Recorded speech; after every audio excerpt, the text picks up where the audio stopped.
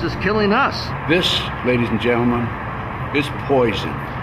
Poison being dropped on us. Nobody's doing anything about it. Congress is not doing anything about it. But this is being dropped on them and their children and their grandchildren.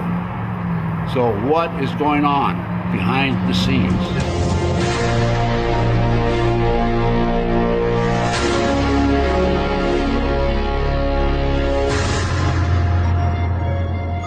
When I moved to the Pacific Northwest thinking I would find clean air and seeing these trails above that were blocking, in some cases, 60, 70, 80% of my solar uptake, clearly something was going on. And research led me to this subject. I began testing water, did not want to find these toxic heavy metals, but I did, in ever-increasing amounts.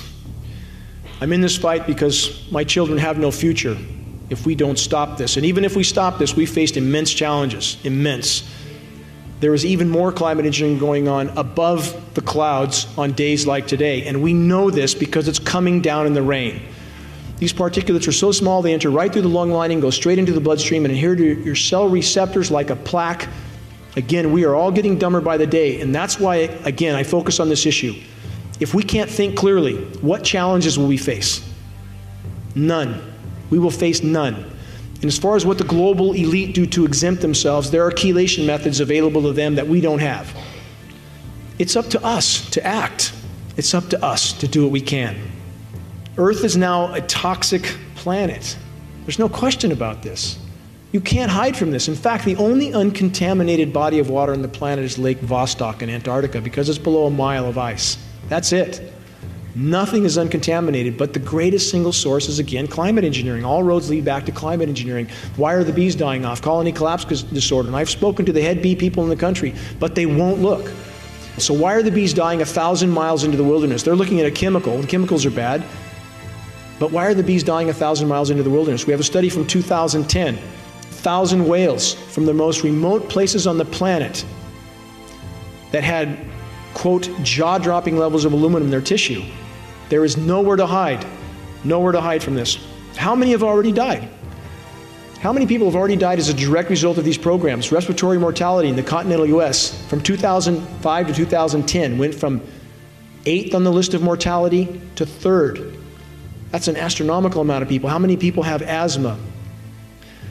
Alzheimer's. By the way, the Alzheimer's Association about a month ago refused to sell me a $500 sponsorship for their event because they told me in no uncertain terms they did not want me talking about aluminum being connected to Alzheimer's. So we did a little research and found out that elements of the aluminum industry sponsor the Alzheimer's Association. We have, with the geoengineering, weather warfare. We know that cyclonic suppression is not only possible, but being done. This is hurricane suppression and hurricane augmentation. We saw Cyclone Haiyan last year in the Philippines cut a swath through that island nation, and now the U.S. military is there under humanitarian pretext, but now they're setting up bases. Same thing happened in Pakistan. Same thing in Thailand. Thailand refused the U.S. a military base that they told Thailand was for weather monitoring.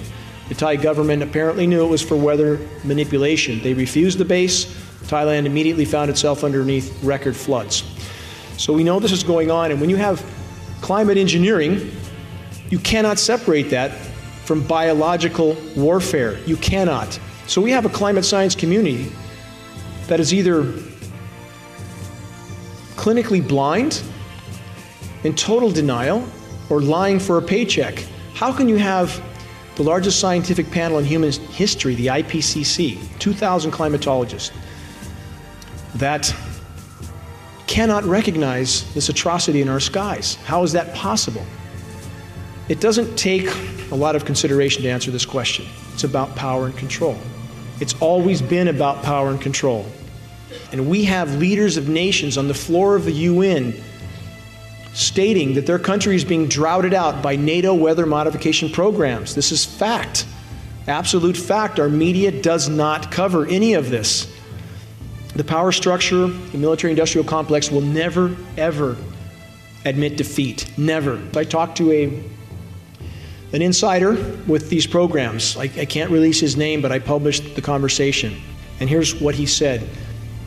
The government will never disclose these programs because they know if the public found out, and I'm quoting about verbatim, they would find those responsible and shoot them or hang them in front of a firing squad. They know how the public will react to this. If we're to have any chance for a living planet, we must stop this. We must stand together. We must take a stand together. One of the most incredible men that I feel ever lived, Martin Luther King, said there comes a time when silence is betrayal. And we are at that time now.